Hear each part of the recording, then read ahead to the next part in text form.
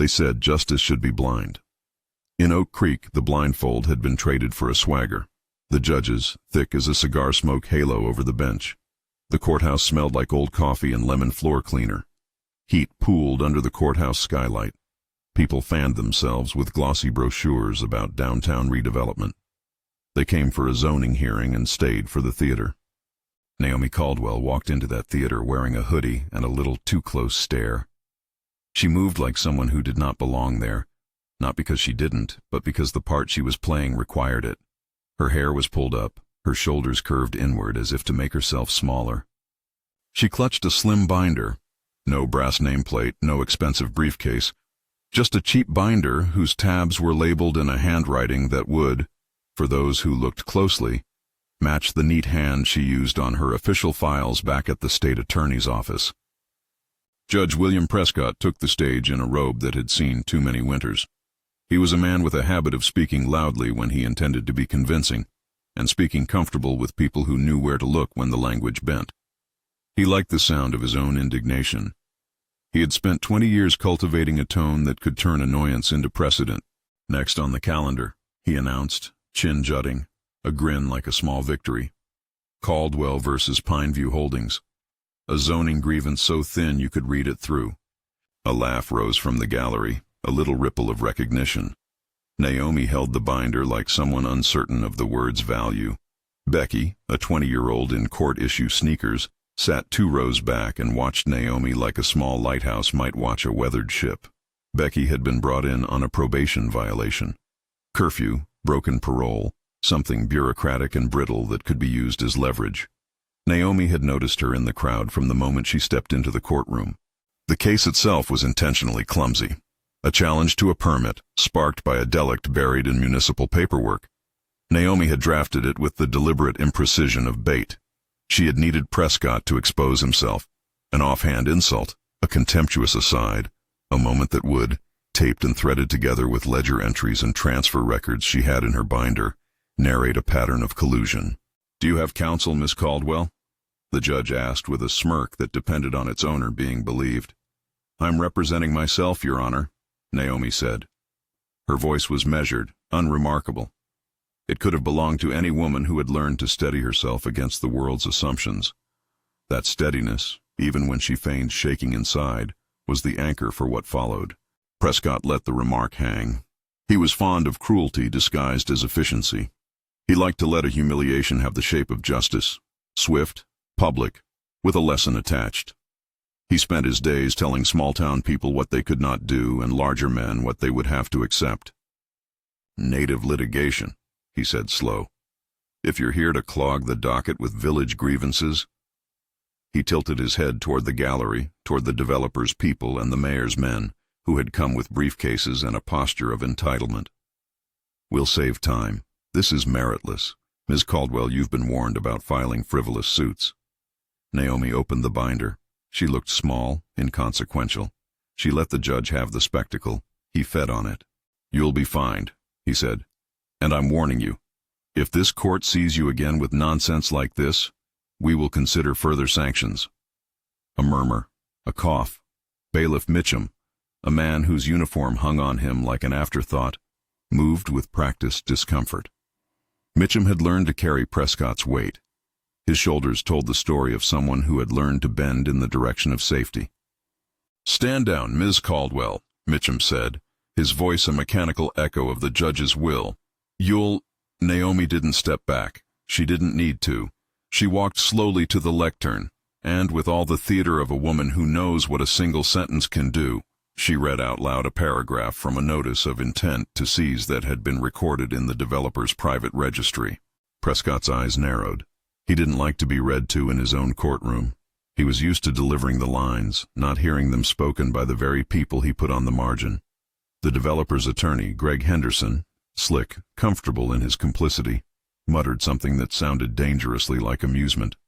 "Madam, Ms. Caldwell," Prescott said, the false warmth returning.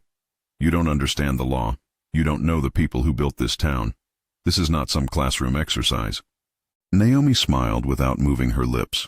She knew she looked ridiculous. The hoodie, the worn shoes, Each element was a brushstroke in a larger portrait meant to invite a certain kind of dismissal. The courtroom obliged. When Prescott doled out the fine, it was as if he were making change from a safe he owned. He pronounced contempt. He mocked procedure. He called for the deputy to remove her if she persisted. The moment she was pulled from the lectern, Mitchum's hands were gentle enough to be cruel. They led Naomi through the metal detectors into a corridor that smelled of sanitizers and fluorescent bulbs. The gallery laughed. It had been trained to, in this theater of law, to clap for the man who reminded them who held the gavel. Naomi's recording button was already depressed. A small device hid in the rim of her binder, the kind of innocuous thing a busy lawyer might tuck away to make notes. The recorder's red light was a coy thing, almost bright enough to be a compliment. Every word, every shudder of Prescott's chuckle, every oath he twisted into a performance would be in there. She had counted on his indulgence. People like Prescott rarely censored themselves when the gallery was cheering. They processed into the basement holding area like a procession of small, humiliating rituals. The holding room was raw concrete, and stainless steel benches bolted to the floor.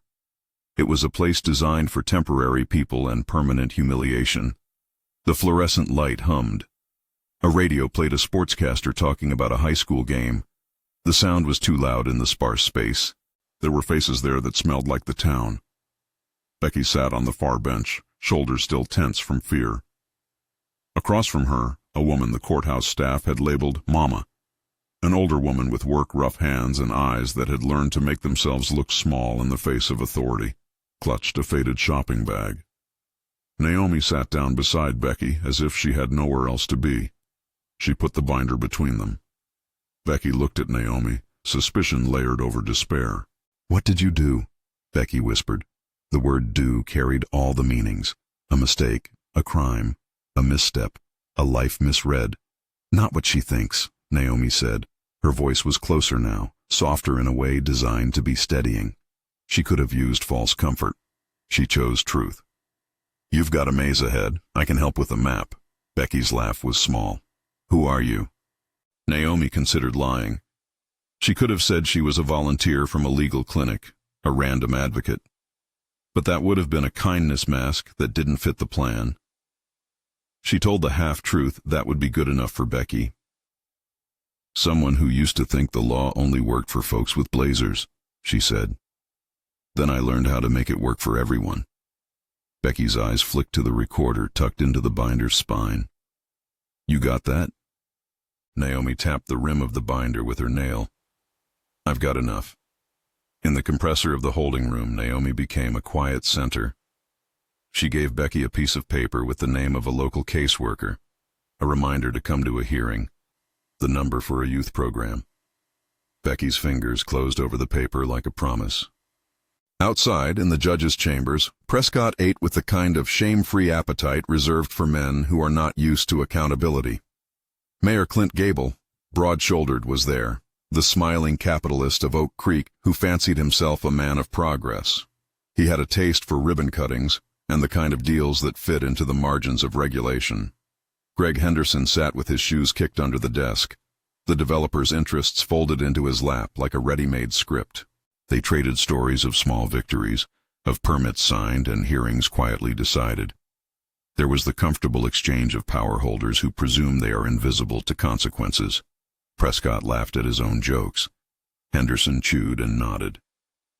The world above the courthouse steps seemed to continue the same way it always did. Contracts signed, lots remarketed, property lines rewritten to favor those already holding maps. Someone knocked on the chamber door. Susan, the court clerk, pale and careful, peeked in with a small worry already creased between her eyebrows. "You all right, Judge?" she asked. She had been Prescott's clerk long enough to know when his mood required a bit of cover. "Fine," he said, wiping his mouth with a napkin, speaking like the man who had never been asked to explain himself to anyone who mattered. "We just keep things moving." "There's a woman in the holding cell," Susan said. She looked uncomfortable. "She says her name is Caldwell and—" "Caldwell?" Prescott's interest flicked. It was perfunctory. He assumed a dozen names and none of them mattered. "We handled that. Fine her. Send her along. We have more important matters. And there's someone from the gallery asking to speak with you, Susan added. He says he has some papers. Prescott waved her away. Tell him to post them. We'll take them under advisement. He was not, in that moment, wired to believe that the world held consequences.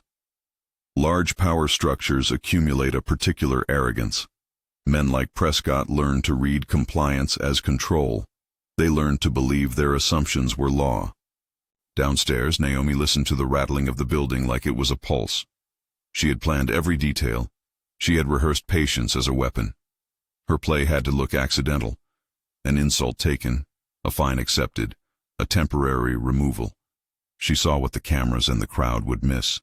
The way Mitchum hesitated near the cell door. The way the clerk's mouth kept forming small questions as if she wanted to ask them aloud but couldn't. Small fissures, tiny inconsistencies. That's what breaks an empire. Her binder did more than hold paper.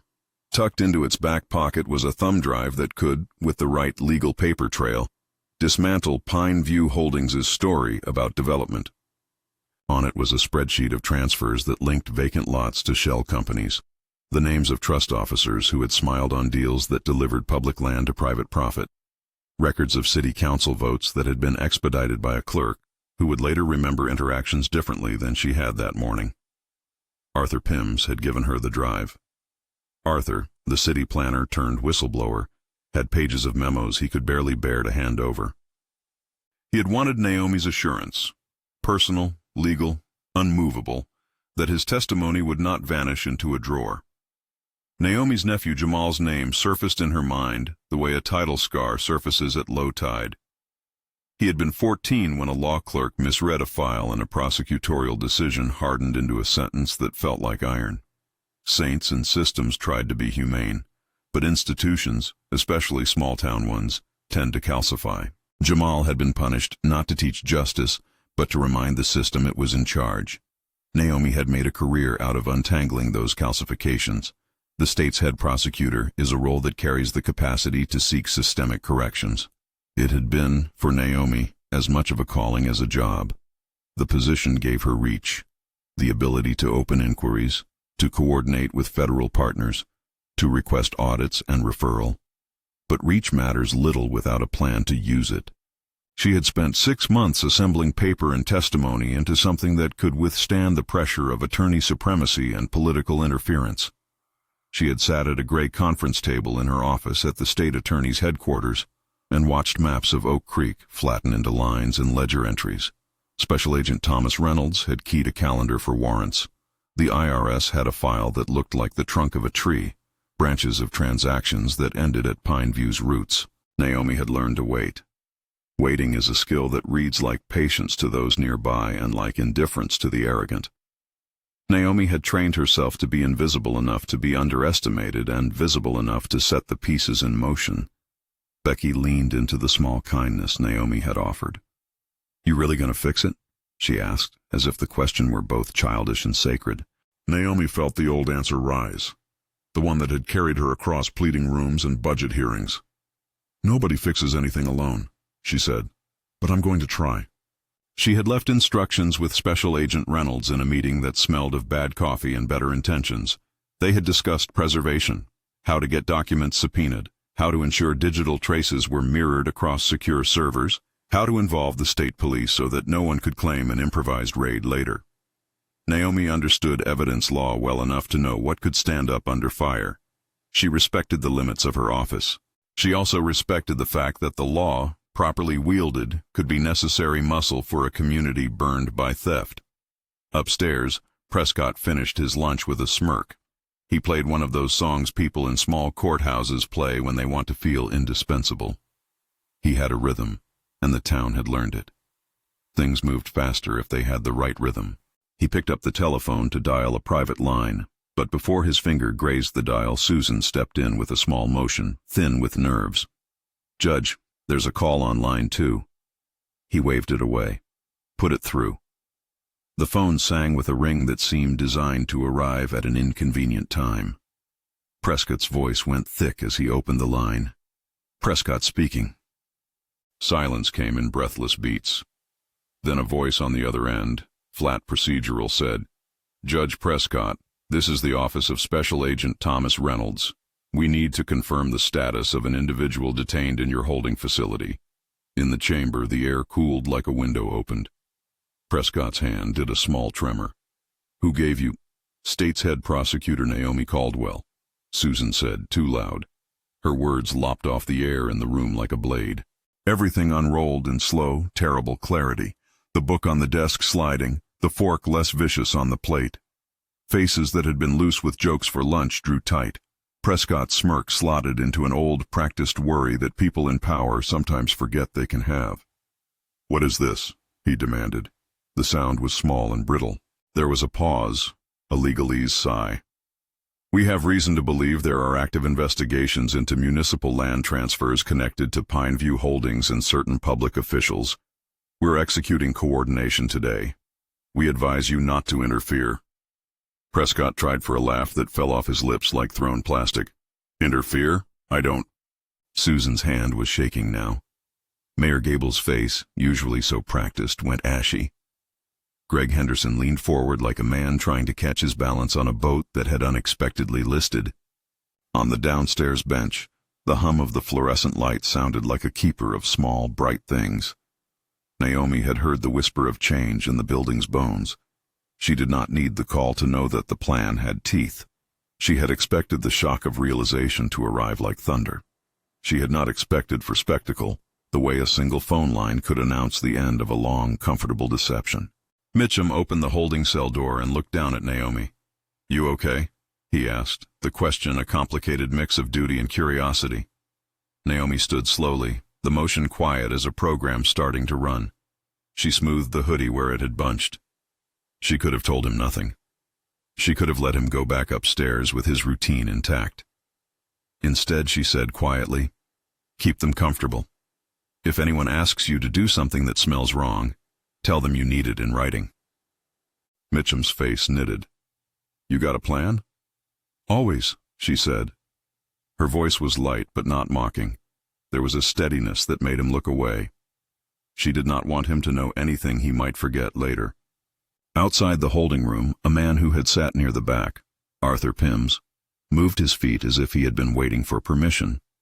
He had the paper-thin look of a person who had spent his life organizing municipal details, until one day they began to look like someone else's profit.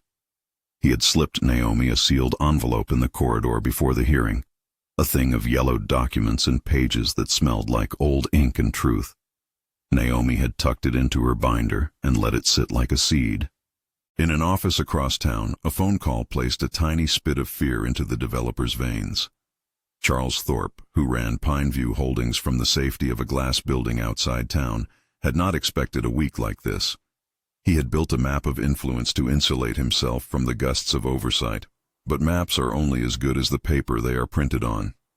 Paper tears. Back in the basement, Becky watched Naomi make a small list of instructions and phone numbers. The numbers would lead to hearings, to proffer letters, to the slow legal making of protection. Naomi's pen moved in a measured hand. Each stroke was a small promise. This was the point where theater bled into strategy and where the quiet patience of an office had to turn into action. Naomi had staged the humiliation because she needed Prescott's performance, an unguarded insult, a misstep, something that would qualify as evidence of a habit rather than an anomaly. She needed the town to see the arrogance. She needed the recording. She imagined Jamal in the back seat of a squad car the first night he was taken, his little hands clenched on the armrest, and she remembered the long, small indignities that had followed. She had found herself incapable of accepting the idea that such punishments were inevitable. The job she now held as state's head prosecutor was supposed to be an instrument toward correction. It was a tool, and she intended to use it. On the bench, another woman cried softly. An older man coughed. The radio in the corner shifted from sportscaster to static, and then back again. The courthouse, which had learned to resemble a stage, shuddered in its backstage moments. Upstairs, Prescott picked up his phone again. His calls were the sort that called for reassurance, for the old promise that nothing would change. He dialed someone he trusted to make things disappear, people who owned networks in the county, men who had once paid for the silence of an election night. The call trembled. Down in the holding area, Naomi closed the binder and slid it under the bench where the metal met the concrete. She had a habit of leaving things out of reach when she wanted them to be safe. The thumb drive snugged into a part of the folder like a small, dangerous tooth. Becky's head lolled against the concrete after a while, a sigh of surrendered exhaustion. Naomi watched her sleep a little, the carefulness of someone who knows her hours are numbered and precious. For Naomi, this was all still a game of minutes and measures. The day would come for warrants and for agents in unmarked cars and for courthouse doors to open with the force of law that could not be smoothed away simply because men preferred the way things had always been. And yet, as she sat on that hard bench, the woman who had spent her life in offices with polished conference tables and slow coffee felt the simple human strain of the moment. She did not relish Prescott's humiliation. She needed to make it useful. She did not enjoy power reclaimed as spectacle. But she had seen what unchecked influence did to a town. She had watched people like Jamal disappear behind sentences and notices and quiet transfers of wealth. She had decided that restoration was a matter of legal craft and, more importantly, patience. A distant bang echoed in the courthouse, a dropped tray, a slamming door, nothing that would register on a police scanner, but something that would make the people inside look up. The phone call to Prescott had ended. Voices upstairs had gone sharp. The mayor sat frozen, a man who had learned to survive rumors but not investigations. In the holding room, a young bailiff came with a small scrap of news. "There's movement upstairs," he said. "They're talking about a federal—" Naomi nodded. She had expected movement. She had planned for it. Her plan was not vindictive. It was restorative and, in its best form, surgical. She tightened the strap of her hoodie with a fingertip. Out in the corridor, the courthouse's doors opened and closed, the great wood breathing in and out. The town would notice one thing first, that a gavel could not silence truth when the truth had a sound system. She leaned closer to Becky, let the low hum of her voice carry like a promise, and said, "Hold on. Keep your head down and your story straight. We'll be coming for what's yours." Becky's eyes opened like a blink into a new morning. She held Naomi's gaze, skeptical and hungry. "When?" she asked. Naomi's smile was small and without triumph. "Soon," she said. "Soon enough." Upstairs, a new voice threaded into Prescott's chamber, calm, official, and impossible to ignore. The syllables fell into the room like a delivered verdict. Prescott's face lost its color in the way someone who has misread all his maps might, all at once, realize the town was not his to redraw. Down in the basement, someone laughed bitterly, an involuntary sound born of relief and fear, of hopes too long deferred. Naomi folded her hands on her knees and listened to the building settle into consequence. Outside, the courthouse doors locked for the moment, not with the certainty of finality, but with the crisp snap of a hinge catching. There would be a procession of men in plain clothes and badges. There would be documents served and seizures catalogued. There would be headlines later that night, ugly and honest. There would be a scramble of legal briefs and an entire machinery of law waking and making noise. But in that small holding cell, the world had narrowed to a few facts. The evidence tucked in a binder, the recording humming faintly, Becky's fingers gripping a scrap with an address on it, and Naomi's steady, patient readiness. If you want more of these stories about hidden justice and the people who force it into daylight, subscribe and stay with it. The courthouse's heartbeat changed. Upstairs, a door banged hard enough to jar the framed seals on the wall. Prescott's chair scraped back.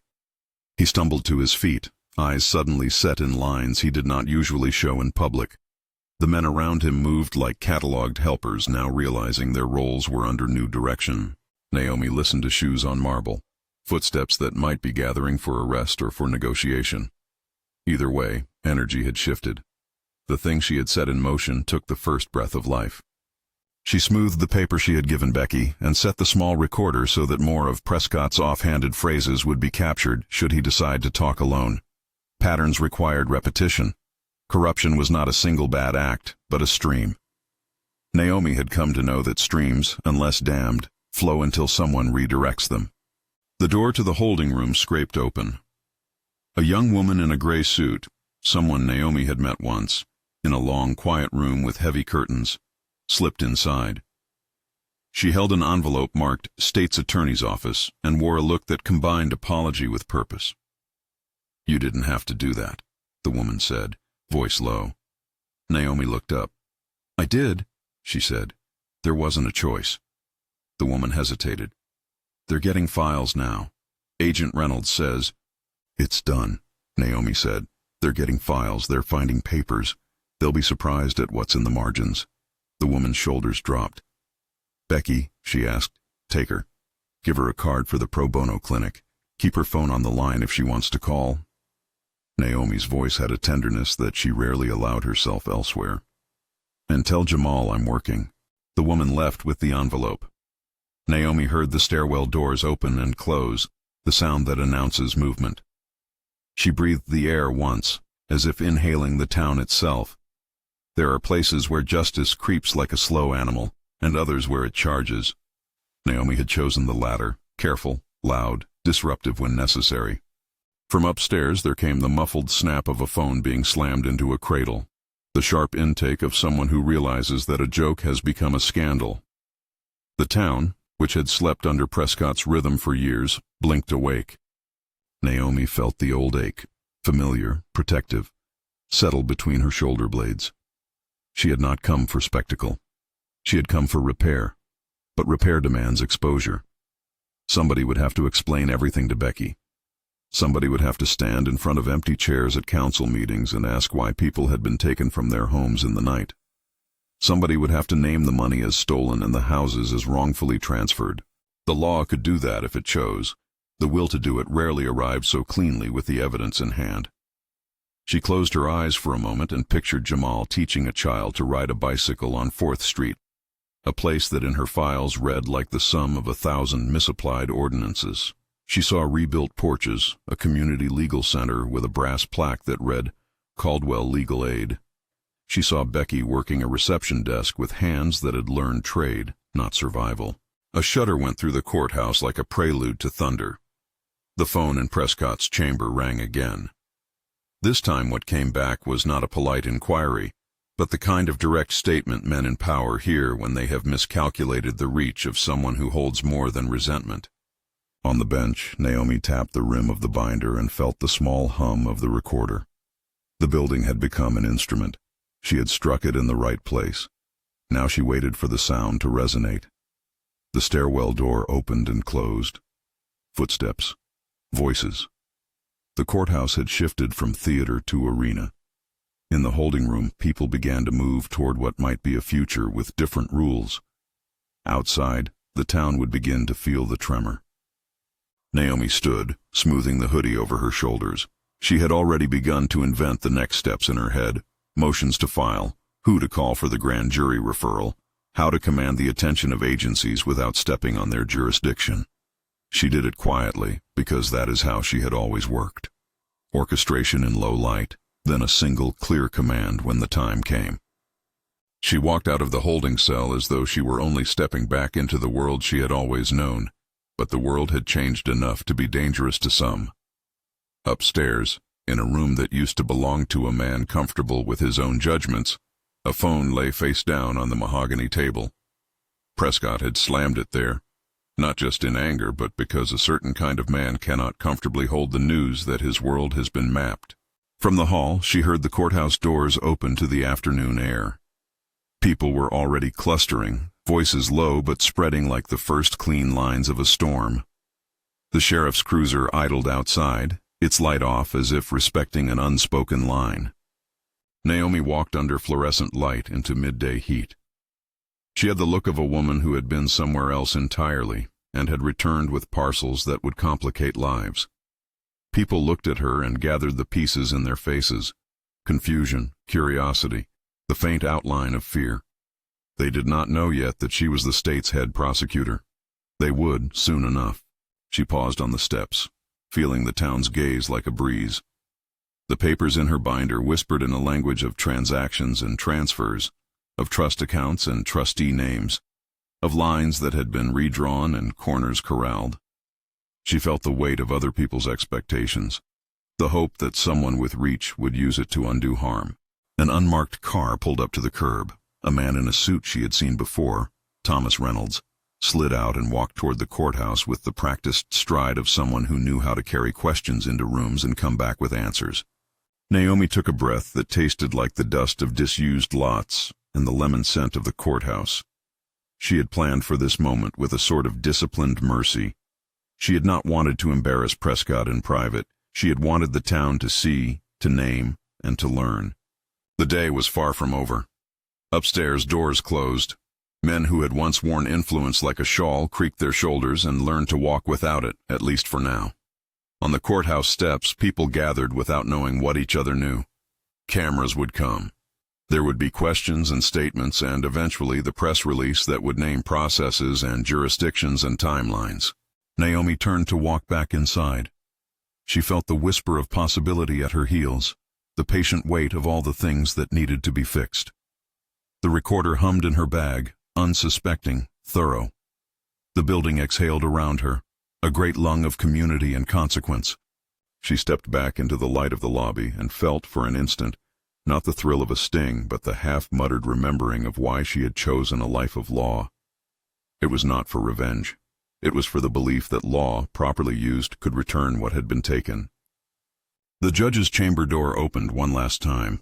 The sound that came through the hall was not yet a siren, not yet a pronouncement. It was a simple sentence spoken so quietly a visitor might have missed it if they were not listening for the fall of the mighty. "How long did you say she's been working this?" Prescott asked, no one in particular, dread working through his voice. A man's whisper came back, sharp with a kind of respect he had never offered before. "Long enough." Outside on 4th Street, a boy rode a bike with training wheels and a man who looked like he could be a father called his name. The two lives, separate and accidental, were somehow linked to the moment Naomi had made in this courthouse. They were the reason the work mattered. The game had moved from inside the building to the whole town's business. The next steps would decide not only who owned the vacant lots, but whether the people who had been pushed to the margins might be restored. Naomi straightened her shoulders and walked toward the clerk's window with the purposeful gait of someone who intended to make sure the law was not just performed, but effective. The doors of possibility were ajar. The first gust had come. Footsteps thundered somewhere nearby. Conversation rose like a surf. The courthouse, which had been a stage, had become the place where history began to be rewritten. One file, one subpoena, one brave retiring clerk's memory at a time. She placed her hand against the cool glass of the clerk's window, fingers splayed like an offering. The papers she slid through were compact and precise. A set of state subpoenas, a memorandum authorizing liaison with the FBI, a draft of a civil petition for asset preservation, and a short, plain letter to the court clerk ordering immediate review of detained cases connected to Prescott's dockets. Each sheet had been proofed, initialed, and backstopped by legal authority.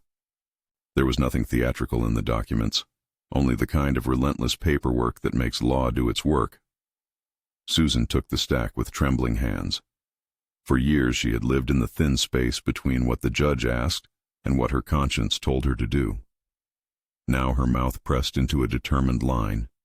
She had seen odd things, rubber-stamped approvals, last-minute minutes, but she had never had the courage to put questions into motion. Naomi's file slid across the counter like a cold truth. "You'll need to start releasing holds," Naomi said quietly, "and make copies of council minutes for the first 2 years of the Pineview approvals. Put them on error-proof media and hand them to Agent Reynolds when he asks." Susan's eyes moved up, meeting Naomi's. "You're certain about the jurisdiction?" Naomi nodded. "State authority. Evidence points to state offenses and civil fraud. Federal partners will be executing parallel seizures for tax and money laundering angles. We coordinate. Nobody moves assets without warrants."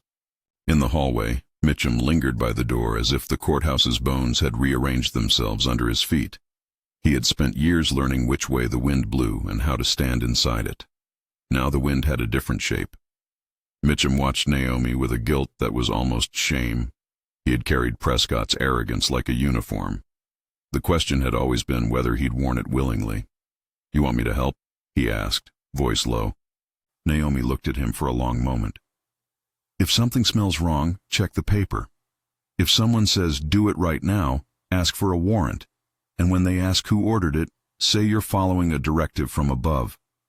If they press, tell them to call Agent Reynolds. Mitchum swallowed. Ain't nobody gonna thank me for this. You won't be the one taking the heat, Naomi said, but you'll have taken the right side. He nodded, the motion small but honest. Okay. News traveled the way it always does in towns this size, a thread of voice to person to coffee clerk to porch. The courthouse's heavy doors no longer opened only to afternoon errands and ribbon-cutting photos. Plain-clothed agents filed through with badges carefully tucked away, the steady bodies of the state police, the flat focus of the FBI, a tax agent with a ledger the size of a ledger's soul. They moved with purpose, briefcases and servitude. They had come for paper and to place hands on doors. In Prescott's chamber, the mood dissolved from banter to static in a handful of breaths. Men who had eaten lunch with nerves relaxed now hovered like people who had misread a calendar. Prescott paced the length of the mahogany table, the old rhythm failing him. The first knock came not as an interruption, but as an indictment. 2 state police officers asked for identification, then served him with a grand jury subpoena naming him as a person of interest in a statewide investigation into corruption in municipal land transfers and related public official malfeasance. Prescott's face went from red to a peculiar pallor. He tried to laugh, then couldn't. Mayor Gable, usually expansive and always ready for a camera, sat with his hands folded like a man at a funeral. Charles Thorpe's assistant arrived breathless, her phone chattering with legalese. Greg Henderson paled and began to bargain with air. You can't. This is an overreach, Henderson said, trying on a protective hysteria he'd never used in court. Agent Reynolds, a man of narrow answers, met him with an even narrower stare. We have probable cause to believe a scheme existed, he said. We're executing warrants on related offices and accounts. You'll be contacted for an interview. Please remain available. The men clustered like children stunned into silence. Prescott's hands found his robe and pulled it like a talisman. Who's behind this? He demanded. You are, said a female voice from the doorway, soft, steady, impossible to mistake. Naomi stood framed in the doorway, the hoodie long gone, the binder at her hip. She had changed shirts between the holding cell and the hallway. There was no show in it now. Her face, open and composed, read like a record. The room's air contracted. You're the state's head prosecutor? Prescott asked, incredulous, like the inference was a new word to him. Yes, Naomi said. I've been at this a long time. Prescott tried a different tack. Humor, bluster, an appeal to the rituals he knew. He asked about jurisdiction, about motives, about the propriety of executing such high-profile seizures without letting him call a counsel. Naomi answered all of it. Jurisdictional letters in her hand, parallel federal architecture explained in plain sentences, the gravity of the allegations spelled out without sensationalism. She did not gloat. Her tone was exact, like a scalpel. Even in his panic, Prescott tried to perform. He searched absurdly for a camera. He made a speech about public service and community, about the burden of office. The words fell like a script read from memory. They no longer fit the room. Then the agents moved. Arrests in small towns are quieter than television makes them out to be. They do not always involve a dragnet. They sometimes happen over distracted coffee and in a man's own office. Prescott was asked to accompany an officer to answer questions. He was not shackled in the hall the way a common criminal might be, but the message was clear. Power had been interrupted. Men who had never had to expect consequences were asking what precisely that meant. At the same moment, MPs in suits executed coordinated service across the county. Warrants at the mayor's office, search orders at Pineview Holdings, court papers at Greg Henderson's law practice. Computers were seized, boxes of records were bagged and tagged. A small office safe the size of a microwave surrendered binders that would make the town's current economic map look like a series of compass errors. Arthur Pims watched as men in shirts came into the municipal planning office, the place where he had once organized building permits and innocently crossed T's. He had expected fear. Instead, he felt a strange relief wash over him. a long-hidden justice arriving not as a private vindication, but as a public redo. He stepped forward to speak with Agent Reynolds and handed over the remainder of his memo, a pile of emails and minutes he had saved like contraband. "I couldn't sleep with it," he said. "I couldn't keep it." Reynolds took the documents with the professional detachment of someone who has seen both good and bad secrets. He offered Pims his card and a simple sentence: "We'll protect you." Protection is not salvation. It is a legal promise. For Pims, for Becky, for the homeowners whose property lines had been redrawn, it was enough to make mistakes feel repairable. Word spread like a current. Cameras arrived, not just the clutch of local reporters, but a statewide crew with satellite vans and a hunger that smells faintly of scandal. A helicopter thinned the summer air with the sound of significance. Social media filled up with the town's photo, the courthouse steps, men in suits, the badge glinting against mahogany.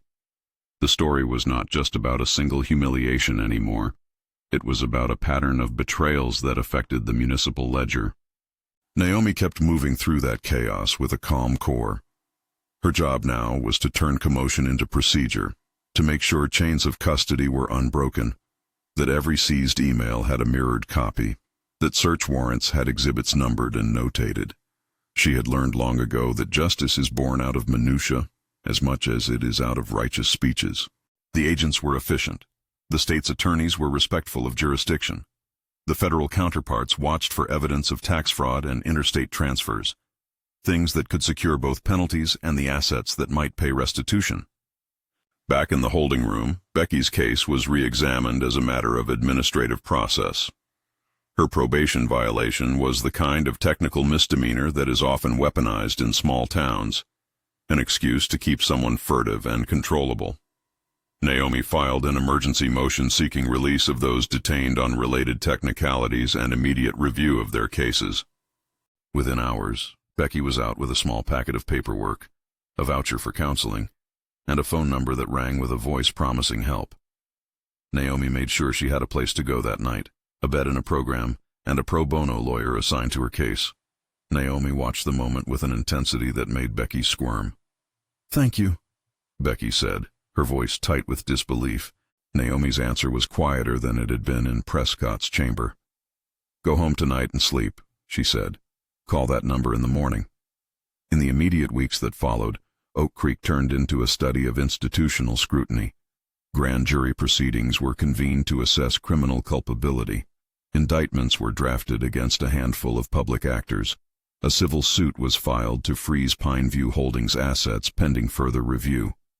Naomi made strategic choices shaped by a recognition that criminal punishment without restorative planning can simply replace one harm with another.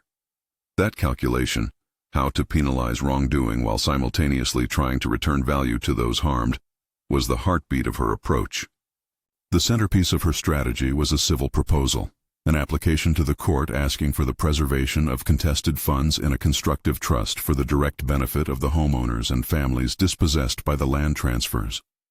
In plain English, Naomi argued that where assets were acquired through deception, the law could hold those assets in trust and allocate them to the rightful owners rather than sending them to a generic government pool. It was not an innovative claim and doctrine, it was an insistence on rereading legal remedies through the lens of restorative justice. At the hearing, Naomi stood before Judge Olcott, a jurist whose career had been a slow burn of integrity. Olcott listened with the attention of a man who had spent his life parsing nuance. He had once been Naomi's mentor on a single ethics panel. Their relationship had been one of mutual respect, not rivalry. He read the affidavits, heard the arguments, and asked the kind of questions that invited clarity rather than theater. "State's counsel," he said, roving his gaze between Naomi and defense counsel. "You propose that the court not merely freeze assets, but create a managed distribution mechanism to return value to those demonstrably harmed. Tell me, in simple terms, how that would work." Naomi explained carefully. She sketched the mechanics without legal jargon. A court order would prevent the sale or dissipation of assets. Funds would be held in escrow under the supervision of a neutral trustee. The court would then approve a plan for distribution after verifying claims by individual homeowners. The purpose, she said, was not to bypass criminal penalties, but to ensure the victims were not left in the cold while the justice system turned its gears. It is possible, she said, that some will argue the assets should become public forfeiture funds administered by a central authority. I'm not seeking to cut corners. I'm asking the court, when it finds property tainted by deceit, to give it back to the people it was taken from, or to create a trust that invests in returning ownership, rebuilding housing, or providing compensation for those households. Judge Olcott observed the courtroom. The sound of papers shuffling was like a crowd holding its breath. The prosecutor for Pineview Holdings coughed and argued about legal precedent, about the ring of possibility for misuse, about the need for a methodical accounting. Naomi answered by invoking document trails she had intact, ledgers, emails, the public minutes that had been smudged and misfiled. Her voice did not rise. It tightened like wire. Olcott took the bench's old wood between his palms and issued a cautious, sweeping order. He would, he decided, hold contested assets in a court-supervised constructive trust pending further hearings. The judge's language was conservative in tone but radical in consequence. Do not let the property vanish. Protect those potentially harmed. Create a process for claims. When the gavel fell, a sound like a small bell sounding permission echoed through the room. People who had feared the worst sat up like animals hearing a clarifying noise. Naomi felt the gravity of the ruling in her bones. This was the tug from the place she had left her nephew's memory. A mechanism had been formed by the court that could do real, measurable repair. The media seized on the novelty of the constructive trust as a moral victory. Headlines paired the image of Naomi walking the courthouse steps with phrases about restitution and community trust. There were the inevitable op-eds, some lauding the work, others wary about precedent. Naomi did not watch every broadcast. She had work that could not be reduced to sound bites. But the work did include human moments that could not be scheduled. Jamal, Naomi's nephew, became a central figure in the human story attached to the legal narrative. He had been a casualty of the earlier era's indifference. The state's review of the old case that had sent him away resulted in a resentencing hearing. The legal team made the argument that a clerical error and prosecutorial overreach had materially affected the outcome of his case. It was not a miracle. It was a remedial process. Evidence reviewed, briefs filed, judges persuaded. Jamal's sentence was adjusted. He walked out of custody with a hand to steady him and a relative he barely recognized as older and less brittle. "She's the reason I'm here," Jamal told a reporter later, his voice steady but raw. "She didn't just file papers. She kept ringing the bell until someone listened." The public response was complicated. Some in town resented the disruption. Others, long quiet about their losses, came forward with claim forms for homes that had been taken or contracts that had been rewritten. A woman who had been evicted the previous year, who had once folded an acceptance letter into a drawer and never opened it again, showed up at a hearing with her small grandson and handed over a stack of careworn receipts. She had been waiting for an answer she did not know how to ask for. Naomi's office assigned an intake specialist to the case that day. It was not enough to simply freeze money. The process had to be designed so that homeowners could prove their claims. Naomi's team set up a mobile unit, a van that parked on 4th Street and in church lots, where people could bring documents, get sworn statements recorded, and, when necessary, have their claims notarized by state employees. The outreach was painful in its smallness. People who had been stripped of years of stability needed step-by-step help to reclaim even the possibility of recompense. Naomi spent nights cross-referencing parcels with records and afternoons sitting in community centers, listening to stories of how people had lost their yards and their trust. She attended public forums and answered questions without flinching. She did not pretend the law could instantly knit everything back. What it could do was to stop further theft. What it could do was to open a path for distribution. When the first tranche of funds was finally ordered available for restitution, Naomi proposed a plan that balanced direct compensation with community investment. Some homeowners would need immediate checks to cover mortgage arrears and legal fees. Others would benefit more from rehabilitation loans and grants to repair structures so they could be lived in safely. Naomi insisted, and Judge Olcott agreed that a portion of the forfeited funds be set aside to seed the Caldwell Community Legal Center, a legal clinic offering pro bono counsel, landlord-tenant mediation, and a small housing repair fund. There were objections. Critics called it political theater. The defense teams filed motions and appeals. Naomi expected the legal grinding of objection and reply. She had seasoned herself to the pace of appellate reality. Still, when the judge ordered the first releases, a small crowd gathered in the rotunda. Residents held forms, faces wet from the heat or from recent tears. Becky, hair pulled back, stood near Naomi and watched as a clerk handed a woman a check and a court representative explained next steps for rehousing. The tears came slow and steady on the woman's cheeks. "That's my porch," she said, pointing. "You don't know how I've missed that." No one danced in the street that day. There was only a smell of sweat and new plywood and the polite chaos of families trying to decide practical things like contractors, mortgage officers, and the small logistics of moving back into a place you hardly recognized. Small victories are still victories, Naomi thought, and they carry the weight of grout. The procedural tide rolled on. Greg Henderson faced disbarment proceedings. Mayor Gable resigned under the weight of public pressure and criminal scrutiny, though his legal troubles were not yet fully resolved.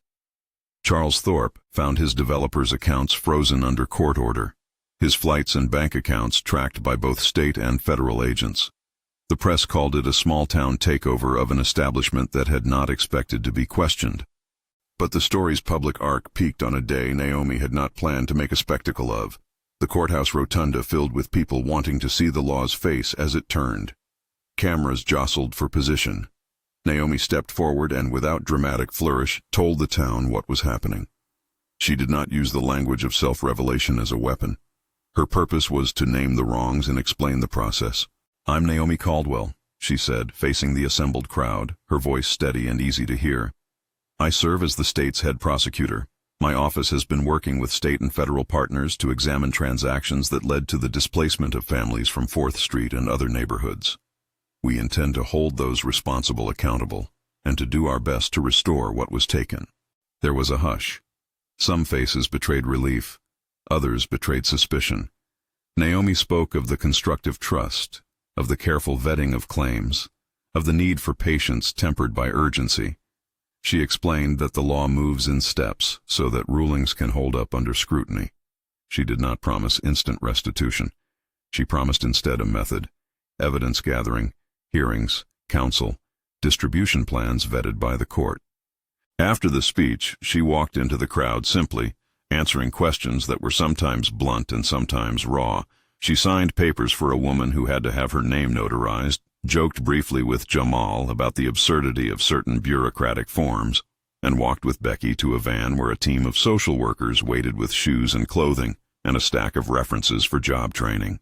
The takedown had been surgical in the sense that it had a plan, but the life after the takedown required a different kind of muscle: administration, empathy, repair. Naomi had always liked legal strategy the way a composer likes melody.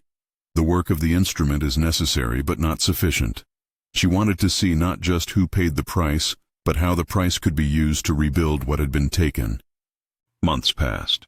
The indictments drew their arcs. Plea deals for some, trials for others. The courthouse saw the litany of sworn testimony, moments of exile for the arrogant, and careful testimony from people who had lost roofs and memories. Naomi sat in the courtroom not as a gladiator but as an agent of process, watching the law do its excruciating, necessary work. At the community center, small things began to happen. A contractor from the next town over offered discounted labor for porch repairs when he learned bodies of neighbors would be returning. Arthur Pims volunteered his afternoons to help people navigate municipal forms. A volunteer legal team from law schools around the state arrived in rotation to help with claims filings. The Caldwell Community Legal Center officially opened its doors in a modest storefront on 4th Street, proof that restitution can bear fruit beyond checks mailed in envelopes. On opening day, Naomi arrived in a simple blouse and a jacket, the kind of outfit that suggested she belonged to no red carpet. Jamal stood at her side, a man who had been through the legal system and come out with a steadier step. Becky manned the reception desk, wearing a lanyard and the uncertain, proud smile of someone entering a new chapter. People lined the sidewalk, bringing casseroles and folding chairs. A brass plaque went on the door. Caldwell Community Legal Center. Naomi read the name and felt something like completion, a tight knot that released under pressure. "You did this," Jamal told her afterwards, voice full of honest admiration. "We did it," Naomi corrected. "The folks who came forward, the people who refused to be erased, even the clerk who finally handed me those files. This is theirs." She had learned that leadership is often a compound of modesty and insistence. She had chosen to use her office not as an instrument to humiliate, but as one to repair. There had been critics who wanted more showmanship, who demanded swift and incendiary justice. Naomi preferred to see wrongs undone methodically. The ledger had to be balanced, not with theatrics, but with clear entries. There were personal costs. Naomi lost privacy she had long considered a soft currency. Her clothes, her tone, and even the hoodie she had used to mask herself in that first hearing were parsed and tabloidized by critics who preferred drama to nuance. But the results, porches rebuilt, families returned, a legal center open on a street that used to be a map of loss, were quieter vindications. One evening that fall, Naomi walked 4th Street alone after a day of hearings. The air smelled like grass cut and paint. A porch light glowed at the end of a block where a family had once lived in a house with a crooked mailbox. Jamal was teaching a kid to throw a baseball on a patch of yard that had been reclaimed. Becky waved from the legal center's window and blew a staged kiss. The town had not been transformed into a utopia. Disputes lingered. Appellate decisions still loomed. But the scene looked different in degree and in spirit. Naomi paused at a stoop and spoke silently into the wind. Not a prayer exactly, but a measured gratitude for the law's capacity when it is used with intention. She thought of the long months of evidence gathering, of the nights she had spent cross-referencing trust officers' names, and of the people who had arrived at her office with nothing but a story and a receipt. She thought of Jamal's first day out of custody, of the way Becky had smiled behind the reception desk, and of Arthur Pims who had found the courage to come forward. There were reforms left undone. Naomi intended to press for changes in municipal oversight, clearer checks on municipal approvals, mandatory transparency for developer contributions, a requirement for independent review of contested zoning matters.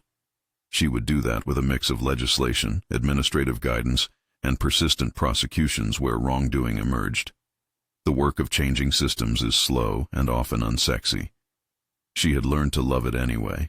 A year after the first hearing that had started as a small theatrical humiliation, Oak Creek looked like a town that had woken up. New plants stood beside old foundations.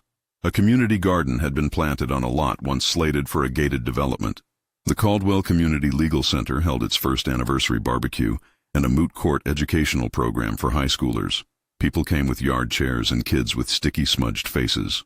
Jamal had enrolled in a community college program and was also on staff at the legal center, coordinating youth outreach. Becky had completed a retail management certificate and helped run intake at the clinic. The town had not been fixed in an instant, but it had been set on a different path. There were consequences for the corrupt. Prescott awaited trial, and his resignation had been a small bitter relief for the town, an admission through absence. Greg Henderson had his bar suspension upheld after an ethics panel found a pattern of misconduct. Charles Thorpe's companies were reorganized under court supervision, with a court-appointed administrator charged with preserving assets for restitution. The legal outcomes were not all clean or swift. They were, however, enforceable. Naomi continued to be at the center of a controversy that had ripple effects beyond Oak Creek. She received letters, some full of gratitude, some full of veiled threats. She answered many of them. She arranged for additional funding for the legal center through a combination of public grants and philanthropic matches, ensuring that the resource would not be ephemeral.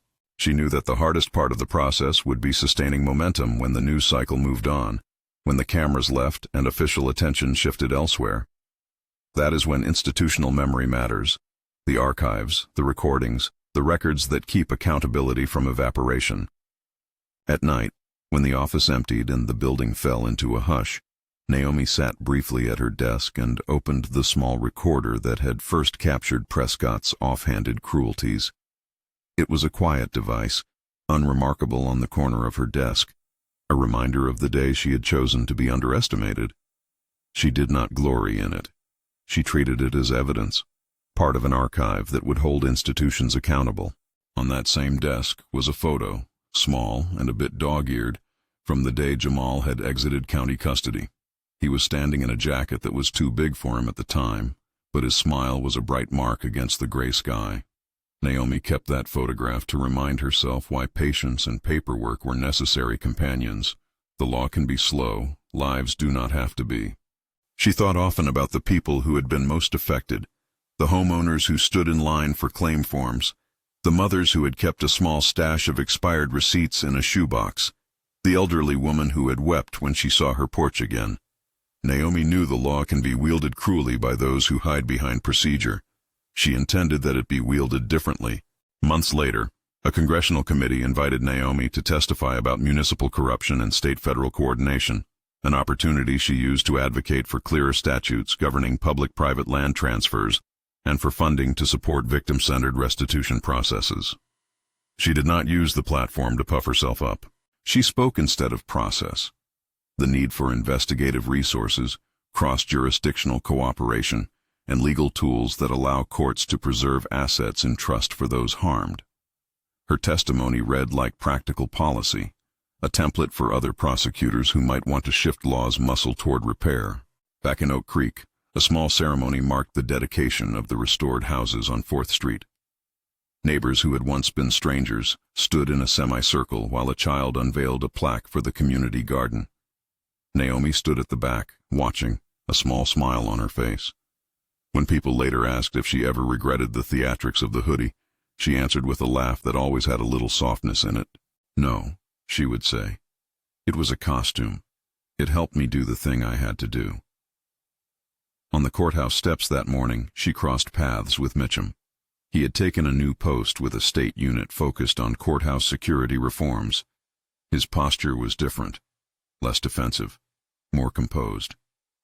They exchanged a look that acknowledged a shared practical truth. People make choices in small towns and sometimes stick with what those choices cost them. Mitchum had chosen a different ledger, and the town was better for it. Prescott, in the months after his indictment, sat in hearings that peeled apart his signature decisions. He spoke when he had to and otherwise kept his counsel. He had once modeled himself as an arbiter of respect. Now he saw what happens when a system provides multiple pathways for truth to surface. Naomi did not pursue him as a personal vendetta. She pursued the law. She wanted him to be judged, not humiliated as entertainment. The community that had been looted, in small but meaningful measure, began to reclaim its story. A little girl who had been kept away from a school bus by a fence once erected for a development that had never been completed now rode the bus to classes she had almost missed. Her mother came to the legal center with a large Tupperware of cookies. "We're still making payments on our home," she said to Naomi, not asking for charity but for recognition. "But it's ours again." Naomi accepted the cookie and the sentence with the same quiet steadiness. She had wanted a structural fix that would prevent such thefts from happening again. She had also wanted to see a child ride the bus. Both things mattered. The final legal chapters were not all appendices of victory. Appeals would be lodged. Some assets would prove harder to trace. Some residents, despite offers of counseling and support, chose not to return. Naomi respected that. Repair is not coercion, it is provision. She had, however, secured enough clarity in the court's orders to change incentives, chiefly to make it harder for would-be exploiters to convert public trust into private profit without scrutiny. On a cool spring morning, Naomi stood at the Caldwell Community Legal Center and looked down the block. Someone had left a child's bicycle near the bench where Naomi had once sat in a holding cell. It was small, pink, the way recovered things sometimes are, ordinary objects made significant by their return. She picked up the bicycle for its handlebars and placed it against the wall with a tenderness that had nothing to do with paper and everything to do with people. Her nephew Jamal came down the street with a group of teens who were finishing a legal education workshop. He greeted Naomi with a nod that was both familiar and new. "We got youth intake for next week," he said. "More than I thought." "That's good," Naomi answered. "We'll build steady." He smiled, that easy mix of mischief and responsibility she had watched grow in him. "You ever going to tell people about the hoodie?" he asked. Naomi let the smile widen. "Maybe," she said. "It's not important. The point is, we kept our eye on the ledger and on the people. She had, in the nickname of her office and the archive of her actions, done what she had come to do: transform punishment into remedy when possible, create procedural guardrails where greed had fed, and lean the full weight of the law toward accountability. None of it was perfect. There would always be someone to remind her that legal process is slow, that some outcomes are messy, that systems are stubborn. She accepted the friction with the same long patience she'd used when waiting for documents to arrive or for a phone call that confirmed a warrant. At the end of the day, when the sound of the center's doors closing faded and the porch lights clicked on, Naomi walked home the ways she always had, quiet, measured, aware that the world of law was a craft that required both hands, one to hold the rule, the other to steady the remedy. People would tell the story of how a judge humiliated a black lawyer and then learned that appearances were a poor guide to authority. They would tell it as a caution and a cause for hope. Naomi thought about how easy it had been for Prescott to assume weakness. He had misread a person who was not defined by clothes.